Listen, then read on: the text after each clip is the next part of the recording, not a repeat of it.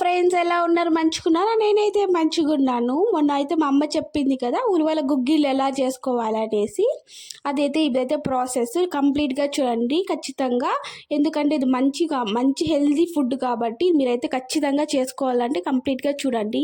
అయ్యో మాకు కూడా తెలుసులే, ఇదే మీరైనా చెప్పేది అట్లా అంతే అనుకోవద్దండి. ఎందుకంటే ఇది నా స్టైల్లో చేసుకునేది. యాక్చువల్గా నా స్టైల్ కాదు, మా అమ్మ స్టైల్లో.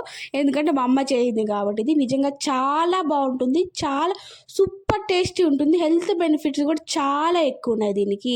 అదే చెప్పా కదా మొన్న చేసిన సాంబార్ అయితే ఇదైతే ఇప్పుడు చూపిస్తున్నది అయితే మొన్న చేసిన సాంబార్. దాని రోజే ఉలవల గుగ్గిళ్ళు చేస్తుంది. ఇదైతే నిజంగా ఎముకలకు కానీ మొత్తం దీని పిండి పదార్థాలు కదా, పిండి పదార్థాలు కాకుండా దీంట్లో కూడా చాలా ప్రోటీన్స్ అన్నీ కూడా ఉంటాయి. అవైతే మనకైతే తెలియదు, ఎందుకంటే మన డాక్టర్లు కాదు కాబట్టి దాంట్లో ఏమేమి లాభాలు ఉంటాయని. అయితే పెద్దోళ్ళకైతే తెలిసి ఉంటుంది, నాకైతే అంత ఎక్కువ తెలియదు. బట్ ఇదైతే చాలా హెల్దీ అని అయితే మాత్రం నాకు తెలుసు.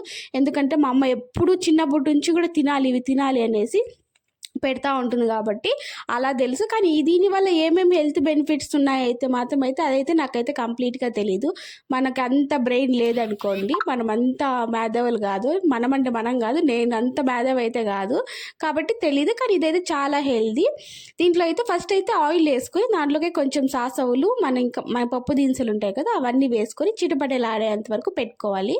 దాంట్లోకి ఆనియన్, కరివేపాకు, పచ్చిమిర్చి చిన్న చిన్నగా కట్ చేసుకున్నవి అయితే ఉండాలి. వాటినంతా వేసుకొని బాగా దీన్ని అయితే ఫ్రై చేసుకోవాలి. కొంచెం కలర్ చేంజ్ అయ్యేంత వరకు బాగా మంచిగా ఫ్రై చేసుకోవాలి. ఈ పాత్ర అయితే కొంచెము మందం ఎక్కువ ఉంటుంది కాబట్టి కొంచెం ఫస్ట్ టైం పడుతుంది. అది హీట్ అయినాక త్వరగా అయిపోతుంది.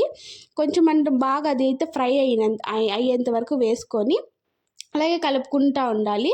దాంట్లోకి వచ్చిందని మళ్ళీ ఇంకా అవన్నీ ఫ్రై కంప్లీట్గా అయిపోయింది అనిపించినప్పుడు ఎందుకంటే నేను ప్రతిసారి చెప్తుంటే ప్రతి వీడియోలో సో ఆనియన్స్ మంచి ఫ్లేవర్ని ఇస్తుంది, మంచి టేస్ట్ ఇస్తుంది అనేసి. అది నిజంగా కరెక్ట్. ఏ వంటకైనా మన ఆనియన్స్ మంచిగా ఫ్రై చేసుకునే దాన్ని బట్టే ఉంటుంది దాని టేస్ట్ కూడా. అలాగే గోల్డెన్ బ్రౌనిష్ కలర్ వచ్చేంత వరకు దాన్ని బాగా ఫ్రై చేసుకోవాలి. ఆనియన్స్ ఎక్కువగా అంటే త్వరగా ఫ్రై అవ్వాలంటే దాంట్లో కొంచెం సాల్ట్ వేసుకుంటే సరిపోతుంది. నాకు ఎప్పుడు మాట్లాడేటప్పుడు అప్పుడప్పుడు మధ్యలో కన్నడ వచ్చేస్తుంది, అది క్షమించండి తప్పైతే. దీంట్లోకి మళ్ళీ ఇంకా దాంట్లోకి సాల్ట్ వేసుకున్నామంటే తొందరగా అయితే బాగా మగ్గిపోతుంది. అదైతే దాంట్లోకి మనం సాల్ట్ వేసుకొని కలుపుకొని మీకు రుచికి తగ్గట్టు వేసుకోండి. మీకు తెలిసి ఉంటుంది కదా మీరు ఎంత చేస్తున్నారు, ఎంత వేసుకోవాలని అంత వేసుకోండి. మళ్ళీ దాంట్లోకి కారం కూడా వేసుకోవాలి. మీకు ఎంత కావాలో. పచ్చిమిర్చి ఒక్కటి మాత్రమే వేసుకోండి, చిన్నగా, అది ఫ్లేవర్కి మాత్రమే. అందుకనేసి కారం కూడా వేసుకోవాలి. అవన్నీ బాగా మిక్స్ అవ్వాలి, అన్నిటికీ బాగా పట్టాలి. అంతవరకు దాన్ని వేసుకోవాలి. దాంట్లోకి మనం ముందుగానే ఉడకబెట్టుకున్న ఉంటాయి కదా ఉలవలు, దాన్ని అయితే కలుపుకోవాలి. ఉలవలు అయితే ఎట్లుండాలంటే చేత్తో నలిపితే నలిగిపోయే అట్లా ఉండాలి. అంతవరకు ఉడకబెట్టుకోవాలి. ఉలవల్ని వాటిని తీసిందని మళ్ళీ ఇంకా వడబట్టుకునే దాంట్లో వేసుకొని దాన్ని తీసి పక్కన పెట్టుకొని ఆ ఉలవల్ని అయితే మళ్ళీ మంచిగా మనం ఉడికిపోయి ఉంటాయి ఆల్రెడీ ఉడకబెట్టినవి కాబట్టి దాంట్లోకి అయితే మనం దీన్ని వేసుకొని బాగా మంచిగా కలుపుకోవాలి. ఉలవలు ఎలా ఉండాలో ఒక 10 విజిల్ అన్న పెట్టుకోండి. మేమైతే 10 విజిల్ పెట్టుకున్నాము కాబట్టి సరిపోతుంది. అంతవరకు కూడా పెట్టుకోవాలి. ఎందుకంటే లేకపోతే అవి కొంచెం ఉడకకుండా గట్టిగా ఉంటే బాగుండవు. మంచిగా ఉడకాలి. ఉలవలు మాత్రం అప్పుడే టేస్ట్ బాగుంటుంది. అవన్నీ బాగా మిక్స్ చేసుకొని మొత్తం మంచిగా కలుపుకొని ఆ ఉప్పు, మనం వేసిన ఆనియన్స్ అవన్నీ ఆ ఫ్లేవర్ అనేది దాంట్లో దిగేంత వరకు కలుపుకోవాలి. ఎక్కువ ఏం ఉడకపెట్టేది ఏమి ఉండదు, ఏంచేది అవంతా ఏముండదు.